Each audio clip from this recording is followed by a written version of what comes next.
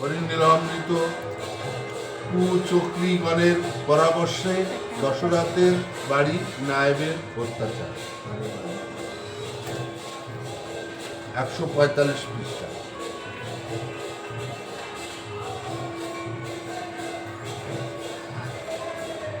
তাহলে এখানে কি বলছে?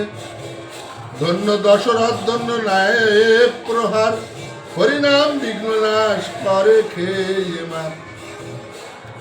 তাহলে মার খাইয়ে জরিমানা দিয়ে হরিনাম করা যাবে, তাহলে বিঘ্ন তো নাশ হবে, অশুভ তো চলে যাবে।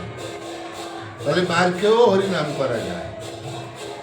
হরিচাঁদ হরিচাঁদ হরিচাঁদ বলো, কি করিতে পারে আর পাষণ্ডের দল। ওরা আর কি করবে? ওরা তো জরিমানা নিয়ে হরিনাম করছে, আর টাকা দেবো হরিনাম করে। পাষণ্ডের গণ সবের তারা করি দাস হয়ে হরি বলে দন্তে তাহাদের কি সবে বলে জয় হরি জয় জয় মহাপ্রভু হরি চাঁদ জয় জয়। কি হলো ব্যাপারটা? পাষণ্ডের গণ সব এলো তরা করি দাস হয়ে হরি বলে দন্তে তৃণদল। তার সাথে পাল্লা দিয়ে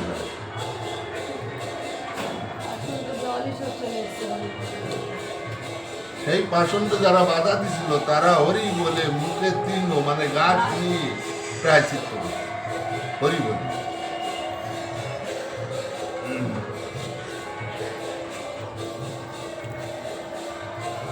এইভাবে মহাভাবে সবে মেতে গেল, লম্প জম্প ভূমিকম্প পুলকিত জম্ব। কেউ বা বেহুসার নহে প্রেম ভঙ্গ, বিপক্ষেরা বলে গিয়া নায়েবের ঠাই বল বাবু দেখো গিয়া আর রক্ষা নাই। নায়েব কই যে খুব কীর্তন হোক, প্রেমে মেতে যা ইচ্ছা তাহাই করুন। লাগতে পারছে ওরা যা ইচ্ছে তাই, আমার জরিমানা দিন। তোদের কথাই আমি মিশে করি রোষ, ঘরে দ্বীপ বহু লোক কিবা করে দোষ। পতিব্রতা সতী নারী পতি আছে সাথে, দোষ কি করে তারা করে গোপনে। কি বলছে? তোরা যে আমার কথা বলেছিলি, তোদের কথাই আমি মিথ্যা রোষ করে ওদের দোষারোপ করেছি। প্রেম করে, ডলাডলি করে, গোপনে একজন দুজনে করে। অত লোকের মধ্যে কি করে? বিশেষত যে মেয়েরা ওখানে থাকে তাদের স্বামী তাদের সঙ্গে থাকে, তাহলে তারা পরপুরুষের সঙ্গে প্রেম করে কি করে? তাহলে তোদের কথা আমি ভুল করেছিলাম। কে বলছে? নায়ক বলছে। এখন তাদের প্রতি নাহিক জুলুম, নাম গান করিবারে দিয়াছি হুলুম। মারিয়াছি দশরথে ভাগ্যে কিবা হয়, এ ঠাকুর সামান্য ঠাকুর যেন নয়। ওই যে দশরথ মেরেছে নায়ক, তাই এখন বলছে আমি তো দশরথকে মেরেছি, আমার ভাগ্যে কি হয় আমি জানি না। এই ঠাকুর যে কি ঠাকুর এও বুঝতে পারছি না, এ যেমন তেমন ঠাকুর না। মনে দুর্বলতা, পাপ করলে অপকর্ম করলে তার বিবেক তাকে সাড়া দেয়। হ্যাঁ, আজানো লম্বিত ভুজো আকর্ণ নয়ন, মানুষেতে নাহি মেলে এমন লক্ষণ। এই হরিচাঁদ ঠাকুর যে লক্ষণ, এ তো মানুষের লক্ষণ, মানুষের শরীরে এরকম হয়। 10 টাকা জরিমানা 20 টাকা দিছে, কি জানি ঠাকুর জানো মরে কি করেছে। আমার তো 10 টাকা জরিমানা চেয়েছে, সেখানে 20 টাকা দিছে, দিয়ে যে কি করছে সে এখনই বুঝতে পারছে।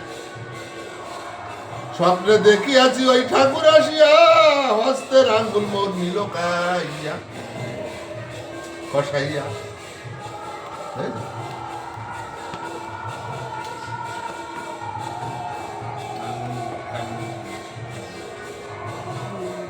আর জোরেতে এত জুড়ি সদাই করো বাবুগিরি ভুবন চলা জুয়া, কার জোরে?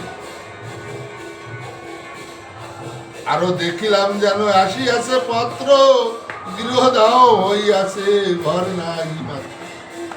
আরো স্বপ্নে দেখলাম কি আমার ঘর বাড়ি যা ছিল সব আগুন ধরে গেছে, কিছু আর বাকি নাই। যেমন কালাচাঁদ ফকিরে রয়েছিল, তার গোষ্ঠী বংশ হয়ে গেছিল। ইতিমতি কত দেখি দেখিনু স্বপনে, নৃত্য করে বামঙ্গ শান্তি নাই মনে। নৃত্য করে বামঙ্গ মানে বাম সাইড রাপালে অমঙ্গল। তাই কি আমার ভাগ্য হবে আমি নিজে জানি না। ফিরে গেল পাষণ্ডের আপদ অতি মৌন হয়ে, এদিকেতে সংকীর্তন উঠিল মাতিয়ে। যামিনী হইল বর নাম সংকীর্তনে, সবে প্রেমে মত্ত ক্ষুধা তৃষ্ণা নাই মনে। সংকীর্তন হইতেছে কারো নাই হুশ, ভেদাভেদ জ্ঞান নাই নারী। আমরা যখন কীর্তন করি মাতা তখন আমাদের কে নারী, কে পুরুষ, কে বাচ্চা, কে বুড়ো, এগুলো আমাদের হুশ থাকে। উভয়কে প্রণাম করে, সবাই একজনকে আর একজনকে কোলাকুলি করে। ওই সময় কারোর মনে কোনো দোষ থাকে না, ঠিক আছে, মন পরিষ্কার হয়ে যায়।